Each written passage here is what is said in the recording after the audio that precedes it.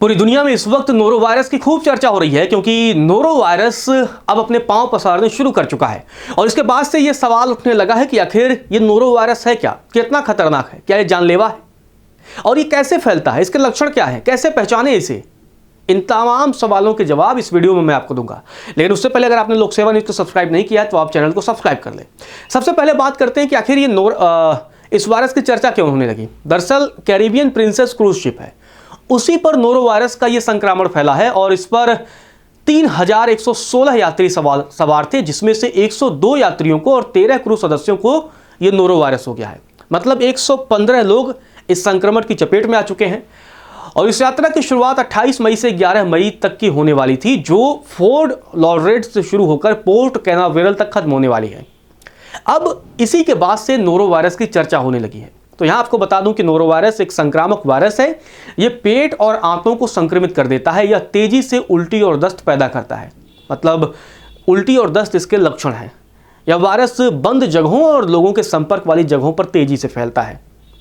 Cruise ship जैसी जगहें खासतौर पर बेहद ही खतरनाक हो जाती है, क्योंकि यहां पर हजारों यात्री एक साथ और लंबे वक्त तक एक साथ रहते हैं, एक ही भोजन खाते हैं, एक ही तरह के सुविधाओं का इस्तेमाल करते हैं, चाहे वॉशरूम हो चाहे वो किसी चीज़ें हों।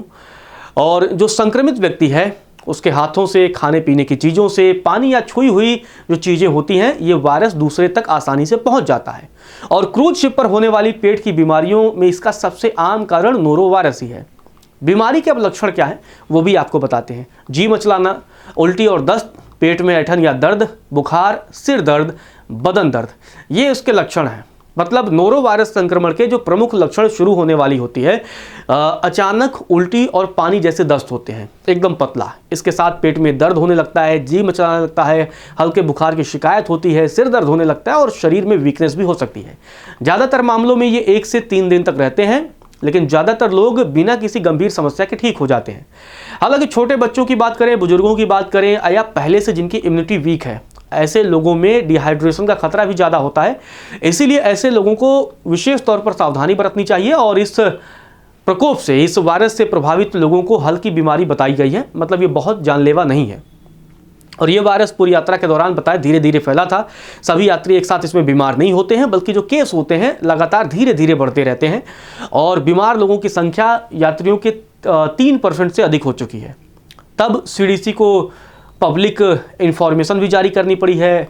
हेल्थ ऑफिसर अब जहाज का पूरी तरीके से निरीक्षण कर रहे हैं। वेसल सैनिटेशन प्रोग्राम के तहत गहन जांच भी की जा रही है। कंपनी ने तुरंत एक्शन लेते हुए पूरे जहाज पर सख्त कार्रवाई भी, सफाई की है और डिसइंफेक्शन को भी बढ़ा दिया है। बीमार यात्रियों और क्रू सदस्यों को अलग अलग रखा गया है।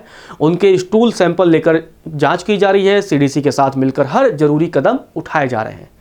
अब बड़ा सवाल यह है कि आखिर क्या भारत पर इम्पैक्ट हो सकता है। देखिए, भारत में तो अभी इम्पैक्ट की कोई संभावना नहीं है, लेकिन अगर ये तेज़ी से फैलता है और इससे कोई प्रभावित व्यक्ति, संक्रमित व्यक्ति अगर भारत की यात्रा करता है तो संभवतः फैल सकता है। अब बड़ा सवाल यह है कि आखिर क्रूज में कैसे फैल गया। दरअसल क्रूज शिप पूरी बंद होती है, लिमिटेड जगह होती है, उसी में इतने लोग होते हैं और सब जो है एक दूसरे के संपर्क में आते हैं। भीड़ भाड़ वाली जगहों पर भी संक्रमण तेजी से फैलता है और एक व्यक्ति से दूसरे व्यक्ति तक आसानी से फैल जाता है। अक्सर कोई यात्री बिना लक्षण दिखे जहाज पर चढ़ जाता है। फिर बुफे खाने की बात करें, स्विमिंग पूल की बात करें, लिफ्ट की बात करें, हैंडल जैसी तमाम ऐसी चीज़ें होती हैं जिसके जरिए वायरस फैलता है। अमेरिका में हर साल लाखों लोग नोरो वायरस से संक्रमित होते हैं, लेकिन क्रूज शिप वाले मामले कुल आंकड़ों का बहुत छोटा सा हिस्सा होते हैं। फिर भी इनकी चर्चा ज़्यादा होती है, क्योंकि यहाँ बड़ी संख्या में लोग सीधे तौर पर प्रभावित हो जाते हैं। तो ऐसे में बचने का सीधा तरीका है कि लगातार अपने आप को सैनिटाइज करें, हाथों को सैनिटाइज करते रहें, थोड़ा मास्क का भी प्रयोग करें जब भीड़ भाड़ वाले इलाकों में जाएं।